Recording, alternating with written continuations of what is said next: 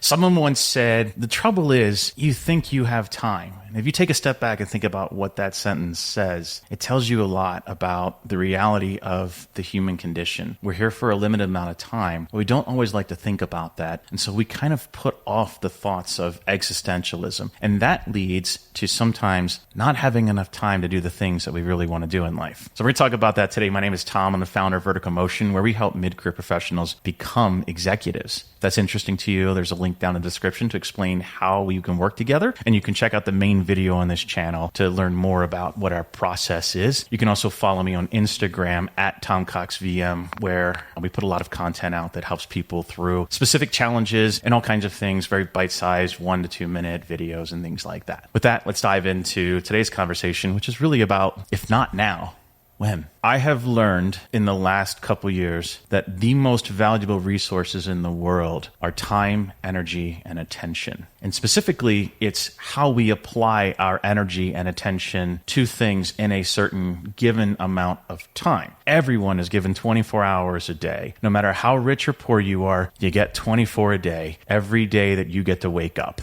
And so if you think about that, that is a limited resource. You can't buy more time. Rich people can buy the time of other people, but they can't buy more time for themselves every day. So that has changed my perspective about how I think about my career, my life in general, my health and wellness, everything, even where I live. You'll notice these are new digs, by the way. We are here in Colorado. We live currently just outside of Boulder in a really cool temporary home. We're waiting for our final home to be, the construction to be finished in the next 3 or 4 months or so. But in the meantime, we're just excited to be here in Colorado. It's a gorgeous place. And Coloradoans don't like people to know how gorgeous Colorado is, but I'm excited to be here. New digs. I'm actually using a standing desk, which is really cool. I'm going to have one of these in my new office as well. Anyway, if not now, when? Let's talk about really the importance of that message and that question that you should ask yourself. As I said, I learned the 3 most important resources are time, energy, and attention, and specifically how we deploy energy and attention in a certain set of time. So how I used to think about time is probably how most people think about time, right? Didn't really want to think about existential dread or the fact that like someday I'm going to grow old and die and there'll be one day I can't do the thing that I'm doing right now ever again. Like those are scary thoughts. Like there is a last time you will ever walk out of a grocery store. There is the last time you'll ever get a haircut. There is the last time that you'll ever drive a car. All of these things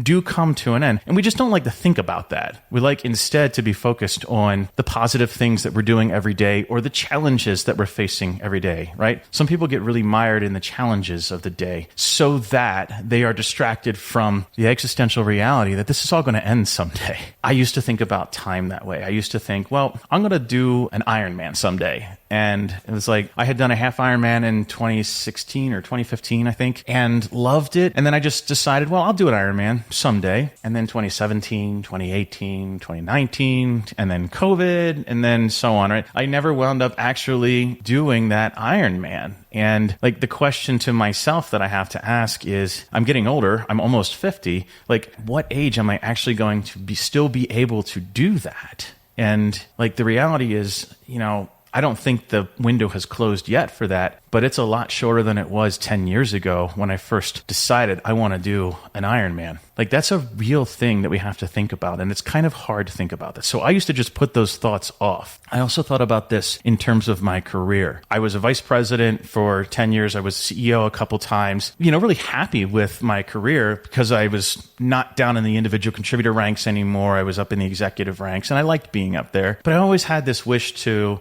build a business that was very sustainable and based on all of the principles that I cared about in terms of leadership and ethics and presence and all of the things that matter as a leader, right? So I wanted to build an organization like that someday. I just never could quite figure out how to do it. And in retrospect, it was because I was trying to build the wrong kinds of businesses for me. But we'll come to that. The point is that I always thought I'd like to run a business like that. But in the meantime, I'll run these businesses that are near me in my sphere of influence, right? Like, I have a pretty good network and people would bring opportunities to me and I would look at them and say like, yeah, this is a pretty good opportunity, but it was never quite the dream opportunities that I wanted to actually experience and enjoy. Before leukemia, let's just say that, I had a very different perspective on time, and I think my perspective is very similar to how most people go about their day-to-day today, not really paying attention to the ticking of that clock.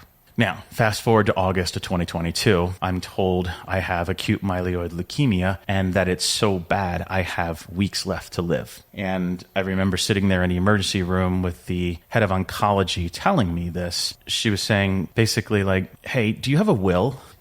And I'm like, why do I need a will right now? She's like, you have weeks left to live, and hopefully this treatment will help you, but it might not. And so you need to be prepared for that outcome. I spent that first night in the hospital really contemplating what I had accomplished in my life, right? So it was as close to a near-death experience, kind of a slow-moving near-death experience, if you will. But I remember sitting there in the bed thinking to myself, was I a good father? Was I a good husband? Was I good at what I did? Did I leave the world a better place than I found it? All of these big existential questions that quite honestly for years and even decades didn't really register except for every now and then in a moment of quiet existentialism. For the most part, I didn't think about these things. And then in that hospital, they became the most important things in the world to me. Was I a good man? Was I a good father? Was I a good husband? Was I good at the business things that I did? Did I leave the world a better place? In that first night, I wasn't sure if I wanted to fight because as they described the treatment, it was going to be hell. Newsflash, it was. But I remember thinking like, well, I lived a good life. Maybe that's it. I decided to fight for my children. I wanted to see their high school graduations. And luckily enough, I've seen now my oldest son's graduation. And then we have one more coming up in 2 years. So I got to make it at least 2 more years to complete that promise that I made to myself that night, that I would live long enough to see my children graduate high school. Don't know why that became an important milestone, but it did. But what happened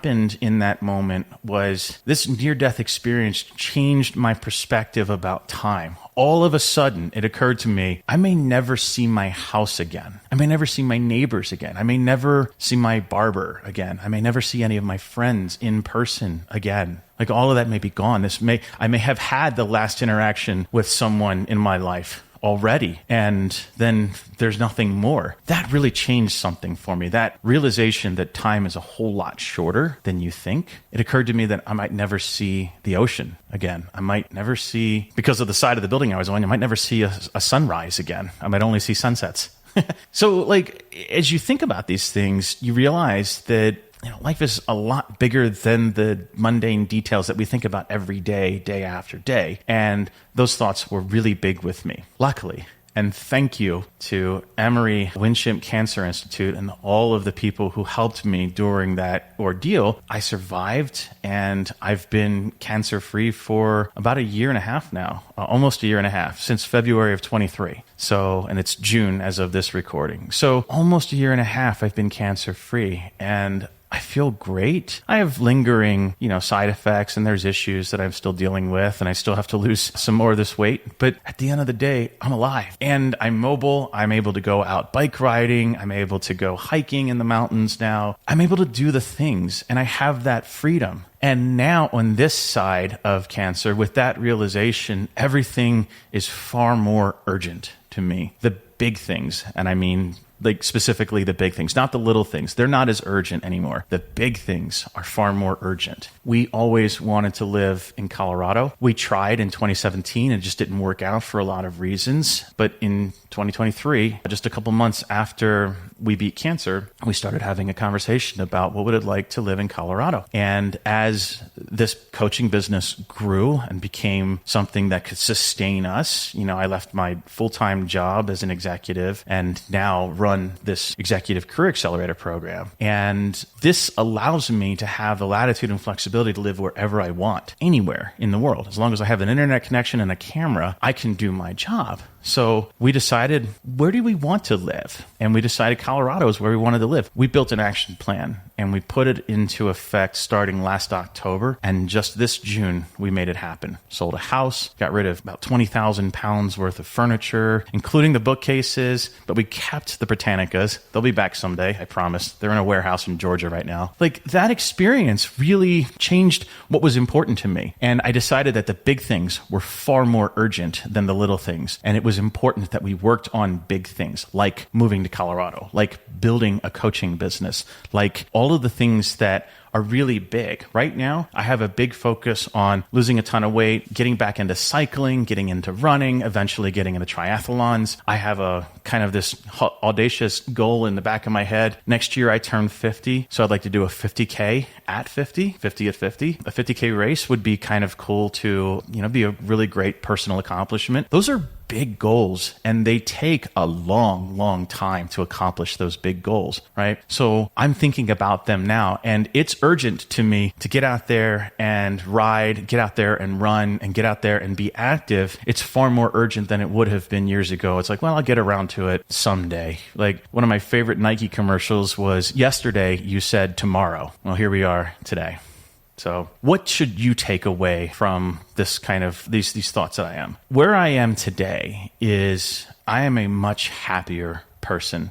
I'm a much more grounded and relaxed version of myself. I can tell you that if the cancer comes back, I will be very sad, but I will be prepared for it. I will be ready if the cancer comes back and it's my time. I feel like I am now living my life the way that I always should have lived my life. And so if cancer comes for me again, at least I know I did it right. And that's really important. If you are in a situation right now where you hate what you do, you don't understand how you got to where you are, you don't understand why you're in this situation, how could this have happened? You had all these great big aspirations and dreams and goals, and all of a sudden now you're just in this like shitty job doing this thing for people you don't like, and it's not even interesting work. Like, if you're in that situation, wake up.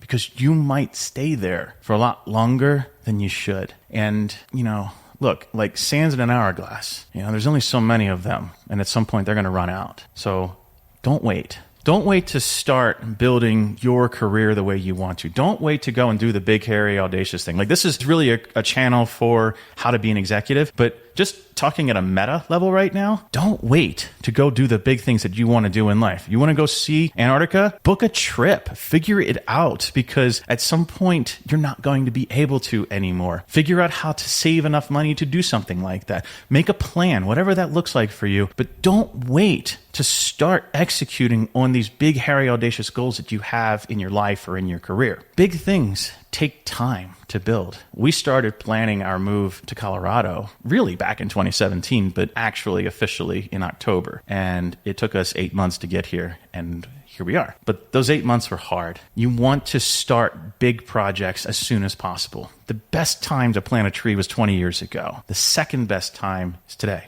And so the same thing goes with your executive career journey. Building an executive career is a big thing. It takes months to build your personal executive brand. It takes months to build that presence, that executive presence, those skills, not just in terms of interviewing and, promoting yourself, but also the exact executive skills that will land the job and help you be successful in the role. Strategy, vision, all of these, management skills, M&A, all of that stuff that you have to know as an executive. You have to learn all of those skills, and it just takes time to not only learn them, but practice them, right? So if you are thinking, well, I'm going to get a new job and it's going to be an executive level role in, say, like October. Well, it's June. You have 3 months to build an executive brand, build a bunch of skills, build your resume and your LinkedIn profile, build content, build all of the things that we teach you how to build on this channel. But you have to do that in a very short amount of time in order to be successful. And that's quite honestly not enough time. So it takes 4 to 6 months generally for people in an accelerated platform. Like our program, the Executive Career Accelerator, we help people get to where they're trying to go in about 4 to 6 months, right? That's an accelerated program. If you're trying to do it on your own without being inside of a program that guides you down the rails, it could take years, and you're wasting time.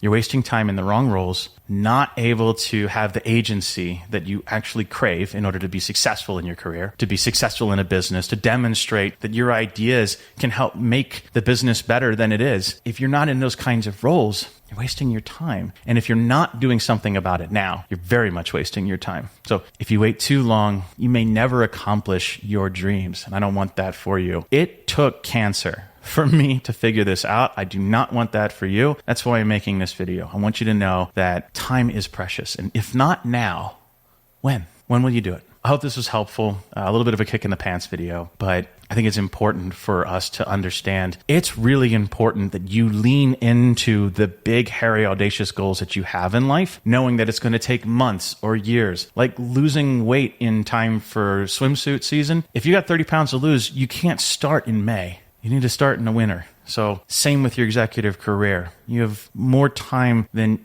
I would start now. And like whenever someone asks me when to start, now is the time to start, because yesterday was better and 20 years ago was even better than that. But today is the best option we have available. Anything that you do to wait on these things, on your big goals, whatever those are in life, you're losing that time on the back end, my friend. And that's going to frustrate you. So anyway, hope this video was helpful to you. Settled here in Colorado. Excited to be here. More video coming out. Hopefully 2 a week is the goal. So see more of you. Have a good one.